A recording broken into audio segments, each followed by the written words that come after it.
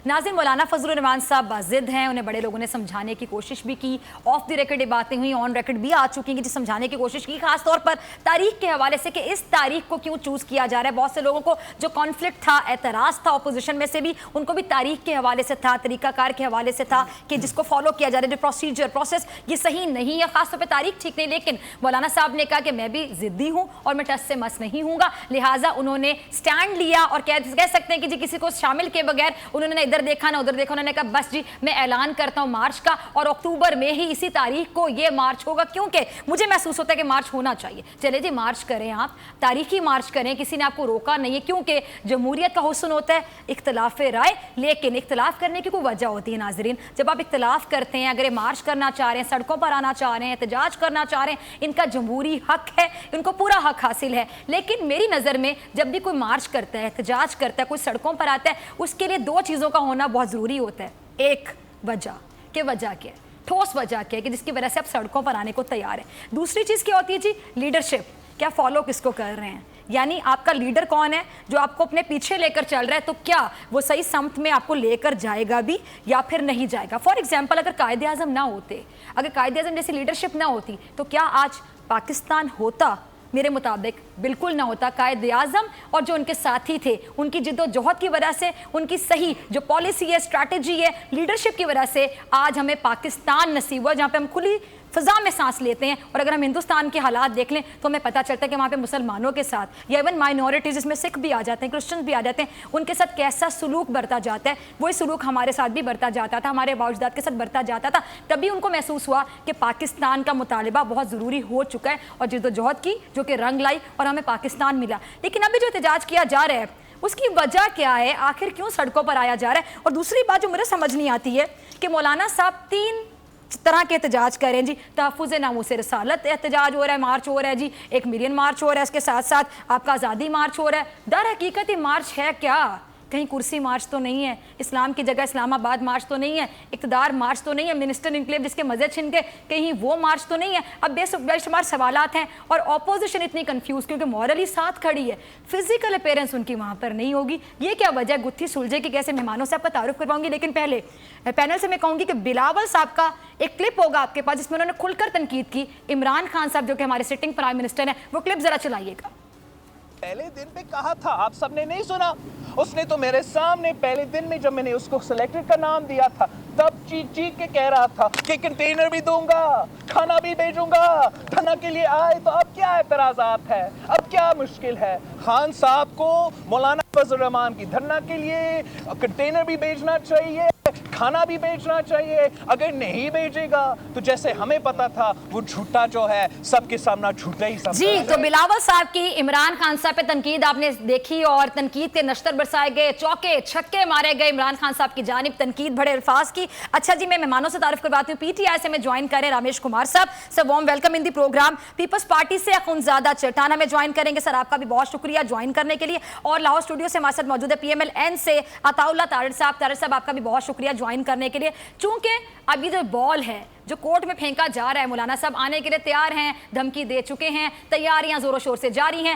अब sitting government पे बहुत सी रिस्पॉन्सिबिलिटीज है कि हैंडल कैसे किया जाएगा इस गेंद को जो कि उनके कोर्ट में गिर चुके हैं। मौलाना साहब ने तड़ियां भी लगा दी, उन्होंने अपना जमहूरी हक भी इस्तेमाल करने की तड़ियां लगा दी कि मैं तो आ रहा हूं, भाई कोई रोक सके तो रोक ले। तो मैं फिर आपकी तरफ आऊंगी रामेश कुमार साहब, हुकूमत कितनी परेशान है, कितनी डरी हुई है, या फिर हौसला अगर है तो कितना है? और बिलावल ने जो खुले अल्फाज में बोला कि पहले दिन ही जब मैंने उन पर तनकीद की थी तो उन्होंने कहा था मैं कंटेनर दूंगा एहतजाज करने के लिए, और आपकी पार्टी में से कुछ लोग कह रहे हैं हम तो हलवा भी देंगे, तो क्या फिर कंटेनर दिया जाएगा? क्या किया जाएगा? और इसको हम मजाक में क्यों लेते हैं? एहतजाज होने जा रहा है, पाकिस्तान की मैशत ऑलरेडी बहुत सफर कर रही है, तो ये जो उर्दू वाला सफर होने जा रहा है उसकी वजह से हमारी मैशत, हमारी इकोनॉमी, इंग्लिश वाला कितना सफर करेगी अगर बाकी उन्होंने डेरे डालिए शहर इक़्तिदार में?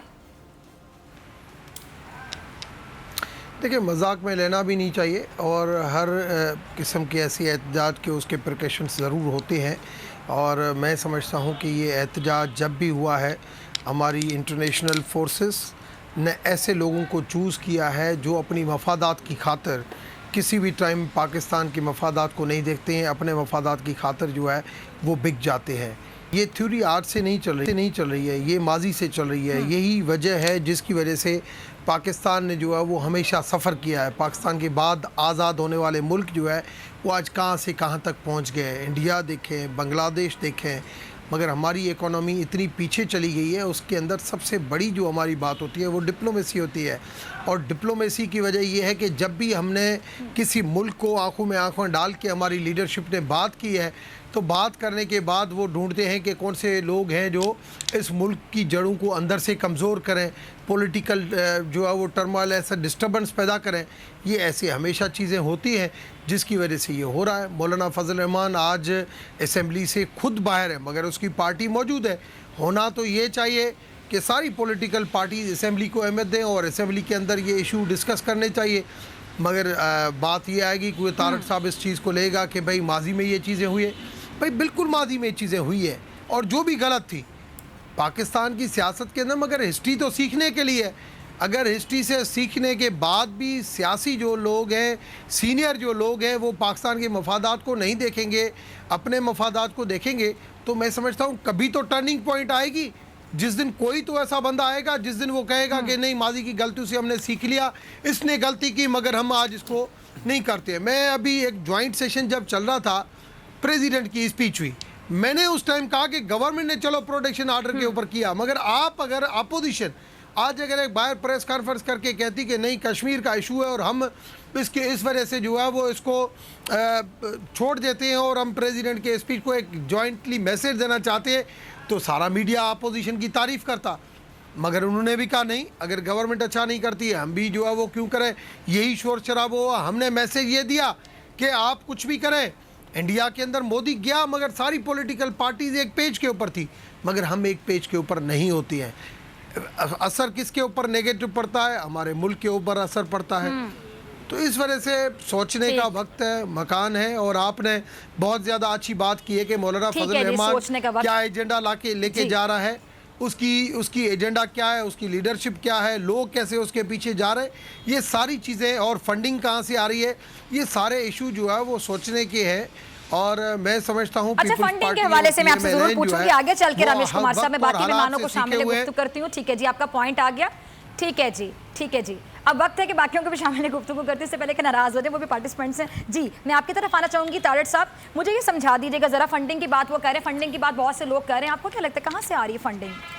देखिए जी, बहुत शुक्रिया आपने प्रोग्राम में मदऊ किया। रमेश कुमार साहब एक वॉइस ऑफ सैनिटी हैं और हमेशा हकीकत पसंद बात करते हैं, और हर दौर में इन्होंने जो है वो अच्छी बातें की हैं, ये चाहे जिस भी पार्टी में हो। जो फंडिंग का आपने कहा, उस पर देखिए जो सोशल मीडिया के ऊपर रसीदें काटते हुए वो जो कुछ इमेजेस आए थे कि जी तहफ़्फ़ुज़ मुस्लिम रिसालत के हवाले से वो पर्चियाँ काटी जा रही हैं। बट ये बात हमारे जहन में रहनी चाहिए कि मौलाना फजल रहमान साहब जो हैं वो हर दौर के अंदर बहुत बड़े जलसे करते रहे हैं। यही लाहौर मीनार पाकिस्तान में हमारे दौरे हुकूमत में लाखों का मजमा था, और ताजिर बरादरी और बिज़नेस कम्युनिटी की बहुत बड़ी तादाद उनके साथ है। और छोटे ताजिर जो हैं वो बाकायदा जो जमीयत उलमा इस्लाम फ़े के साथ एफिलिएटेड हैं, वो बाकायदा मंथली इनको डोनेशंस भी देते हैं, और उनका एक तरीक़ेकार है पार्टी के अंदर डोनेशंस इकट्ठी करने का। तो फंडिंग का एक तो ये दो तरीक़ेकार मैंने आपको बयान कर दिए। बाकी डोनेशंस लगती कहाँ पर हैं? देखिए वो तब JUIF का कोई नुमाइंदा बेहतर बता सकेगा कि उनकी डोनेशंस का अपना इंटरनल मैकेनिज्म क्या है, कहाँ लगती और वो कहाँ पे लगती हैं, बिकॉज JUIF को मैं रिप्रेजेंट नहीं कर रहा। ठीक है, ठीक मैं उनकी फंडिंग की मैकेनिज्म पे कमेंट नहीं कर सकता। अच्छा बताएं, अगर हम एक नहीं है, वो भी बड़ी अच्छी उन्होंने बात की कि अगर हम एक नहीं है, जिसमें वो बता रहे थे कि इंडिया की असेंबली में तमाम लोग एक पॉइंट पर एक हो जाते हैं जहाँ पर उनको लगता है कि हमारी मुल्क की बका की बात है, इज्जत की बात है, वकार की बात है, कश्मीर के साथ हम खड़े हैं। हमारे प्राइम मिनिस्टर ने वहाँ जाके एक तारीखी डिबेट की, अगर कह दूँ तो गलत नहीं होगी, कि उनके नाकदीन भी तारीफ करने पर मजबूर हो गए कि उन्होंने सिर्फ कश्मीर की नुमाइंदगी नहीं की, पाकिस्तान होने की नुमाइंदगी नहीं की, पाकिस्तानी बल्कि मुसलमानों का केस लड़ा एक मुसलमान बन के। मुझे बताएं कि जब हम एक ना होंगे और खासतौर पे इस तारीख को चूज करना, क्या पैगाम जाएगा इंटरनेशनली? मैं इस पे आपको अर्ज करना चाहता हूँ कि जब joint session of parliament Kashmir के इशू पे बुलाया गया जी, और आजम सवाती साहब ने सुबह वो जॉइंट रेजोल्यूशन वहाँ पे पढ़ा, तो उसमें आर्टिकल 370 और 35A का मेंशन नहीं था। हम इनके साथ बैठे और हमने इन्हें कहा कि जी हम एक रिस्पॉन्सिबल ऑपोजिशन के तौर पे आपके साथ बैठने को तैयार हैं, इसमें 370 35A डालें, और फिर पार्लियामेंट दोनों हाउसेस में। आपने मौलाना साहब को समझाने की कोशिश की? नहीं, देखिए हमने दोनों, मौलाना साहब की पार्टी भी इसमें शामिल थी, हमने दोनों हाउसेज ने पार्लियामेंट में जॉइंट रेजोल्यूशन गवर्नमेंट के साथ मिलकर टेबल किया। उसके बाद सेनेट में जॉइंट हुआ, फिर वजीर आजम जब गए आज़ाद कश्मीर अब क्या है, आपने यूएन ह्यूमन राइट्स कमीशन के अंदर रेजोल्यूशन टेबल नहीं कर सके बिकॉज आपके पास रिक्वायर्ड सिग्नेचर्स नहीं थे। स्पीच हो गई, वेल एंड गुड। स्पीच के बाद आपने क्या किया है, जो सफारती महाज के ऊपर अग्रेशन चाहिए था, तमाम पार्टीज को इकट्ठा करते, कैपिटल्स ऑफ द वर्ल्ड को पेनिट्रेट करते, शहबाज शरीफ साहब को तुर्की भिजवाते, भुट्टो साहब को, बिलावल भुट्टो जरदारी साहब को ईरान भिजवाते, खुद यूरोप जाते, मौलाना फजल रहमान को सऊदी अरेबिया भिजवाते। आपने तो कश्मीर पे लोगों को इकट्ठा नहीं किया। तो आपकी जो इकोनॉमिक पॉलिसीज हैं वो फेल हो चुकी हैं। हमारा मानना यह है कि इस हुकूमत के रहने का अब कोई जवाब इस मुल्क में नहीं बचा है। ठीक है जी, आपने बड़े पॉइंट्स रेज कर दिए जी। आपकी तरफ आना चाहूंगी मैं चट्टान साहब, आपसे मैं जानना चाहूंगी कि बिलावल साहब बड़ा खुलकर तनकीद कर रहे थे और आप लोग कहते थे कंटेनर देना चाहिए, और उन्होंने खान साहब को बड़ा टॉन्ट मारा, बड़ा तंज किया कि जी आप कहते थे कंटेनर दूंगा, अब दें, कंटेनर देने का वक्त आ गया। मुझे ये पॉइंट समझा दें जरा खूनज़ादा साहब कि कंटेनर पे चढ़ना है मौलाना फजलुर रहमान ने, या फिर वो मदरसे से आए हुए बच्चे जो कि पढ़ने जाते हैं लेकिन वो जलसों के लिए इस्तेमाल होते हैं बेचारे, सॉरी टू से, वो चढ़ेंगे कंटेनर पे, या फिर कंटेनर में छुप के बैठेंगे, मौसम की सख्ती को बर्दाश्त नहीं कर सकेंगे मौलाना फजलुर रहमान साहब, और वहाँ पे कंटेनर देने वाले जो होंगे वो खान साहब होंगे। अंदर बिलावल साहब का क्या किरदार है? सिर्फ कंटेनर मांगने के लिए आ गए हैं, वो साथ जाके चढ़ेंगे कंटेनर पे, आप लोग जाएंगे वहां पे?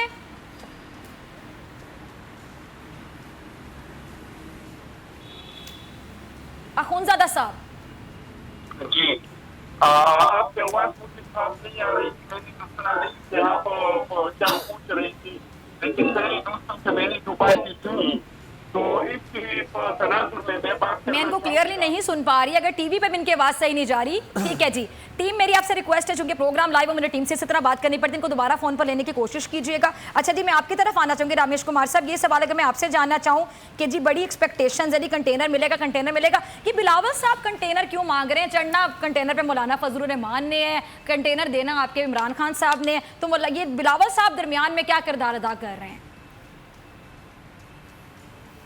देखिए, बिलावल साहब की जो वालिद हैं वो जेल में हैं, मियाँ साहब उधर जेल में हैं, दोनों पॉलिटिकल पार्टीज़ के, मगर फिर भी वो समझदारी के साथ इस वजह से बिलावल काम ले रहे हैं कि भाई आप रिलीजियस जो मैटर लेके आ रहे हैं वो इशू नहीं है, और स्पेशली इमरान खान की स्पीच के बाद आपको ऐसा मैसेज लेके आना मैं समझता हूँ बनता नहीं है। तो बिलावल ने, मगर बिलावल भी मज़ा लेना चाहता है क्योंकि गवर्नमेंट की जो सख्तियां हैं, गवर्नमेंट की जो पॉलिसी है करप्शन और मनी लॉन्ड्रिंग फ्री, गवर्नमेंट किसी भी नैब के ऊपर इन्फ्लुएंस नहीं डालना चाहती है कि भाई आप किसी पॉलिटिकल बंदे को गिरफ़्तार नहीं करो, तो जिसकी वजह से वो चाहेंगे कि गवर्नमेंट जो है वो स्मूथली नहीं चले, गवर्नमेंट डिस्टर्ब रहे।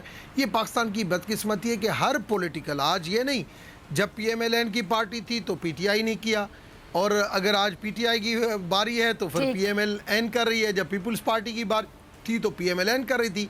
ये तसलसल चल रहा है कि हर पॉलिटिकल पार्टी जो है वो अपने मफादात की में चलती है, और हर पॉलिटिकल पार्टी दूसरी पॉलिटिकल पार्टी को जो है वो गिराने के चक्कर में चलती है। अब इशू ये है कि अब वो क्वालिटीज़ कहाँ से आएंगी जो हर एक को इकट्ठा कर सके। अभी तक पाकिस्तान के अंदर वो चीज़ नहीं हुई है। मैं तारड़ की इस चीज़ से मुतफिक हूँ कि कश्मीर के इशू के ऊपर हमारी सारी पॉलिटिकल पार्टीज़ को एक पेज के ऊपर होना चाहिए था। उसके अंदर मेजर रोल हमारा बनता था, अपोजिशन का भी बनता है, 60% हमारा बनता है, 40% अपोजिशन बनता है। रेसिप्रोकली हर चीज होती है, मगर मेजर शेयर पाकिस्तान के लिए बात की है। बिल्कुल, बड़े बड़ा अच्छा लगा। से हम आगे बढ़ते, कहीं पे इख्तिलाफात साइड पे कर देने चाहिए। कश्मीर के ऊपर हमारा यूनानी मसली अगर आवाज जाता, एक रेजोल्यूशन से हटके हमने रेजोल्यूशन तो पास किया। ठीक है जी, आवाज से मुझे याद आया रमेश कुमार साहब, अच्छा जी, खुनज़ादा चट्टान साहब को हमारी आवाज जा रही है, आई होप कि उनकी आवाज भी हम तक पहुंचे। चट्टान साहब ने दोबारा हमें टेलीफोन लाइन पे ज्वाइन किया। चट्टान साहब, आपसे सिर्फ ये जानना चाहूंगे, अगर आप मुझे अब सुन पा रहे हैं, कि क्यों नहीं फिर बिलावल साहब चट्टान बन के साथ खड़े हो जाते, मौलाना फजलुर रहमान साहब के कंधा इस्तेमाल कर रहे हैं ना किसी का बंदूक चलाने के लिए, जाओ करो फायरिंग, इमरान खान साहब की काबीना को गिराने की कोशिश करो, मैं तुम्हारे साथ हूं, लेकिन कंटेनर तुम मांगो और वो दे दे तुम्हें कंटेनर, मैं दूर से बैठ के तमाशा देखूंगा टीवी पे चल क्या रहा है, साथ नहीं जाऊंगा। ये क्या बात हुई? देखिए, हम हुकूमत को गिराना नहीं चाहते हैं। आपको याद है कि जैसा इलेक्शन हो गया और रहमान साहब ने आज पाकिस्तान पर बुलाया, का हुकूमत है, हमें आवाज नहीं आ रहा नहीं होना चाहते और हम में नहीं जाना चाहिए। बिलावल साहब का जो सबको मेरे ख्याल से अभी भी आपकी आवाज क्लियरली नहीं आ रही है। ठीक है, टीम ने मुझे बताया कि ट्रेवल कर रहे हैं, आई थिंक मोटरवे पर है, कहीं पर है, तो वहाँ पे सिग्नल्स का इशू आ रहा है। तो ठीक है जी, चट्टान साहब बहुत शुक्रिया आपका ज्वाइन करने के लिए। पीपल्स पार्टी में से किसी और के मौक़िफ़ को अगर आप पहुंचाना चाह रहे हैं तो टीम प्लीज़ किसी से बात कीजिए और उनको लाइन अप कीजिए। अच्छा जी, मैं आपकी तरफ आना चाहूँगी तारिक साहब, आप ये बताइएगा, उन्होंने भी बड़ी अच्छी बात की कि जी वो अब हमने इकट्ठे होना है, एक पेज पर होना है, लेकिन हम इकट्ठे एक पेज पर कैसे हो सकते हैं?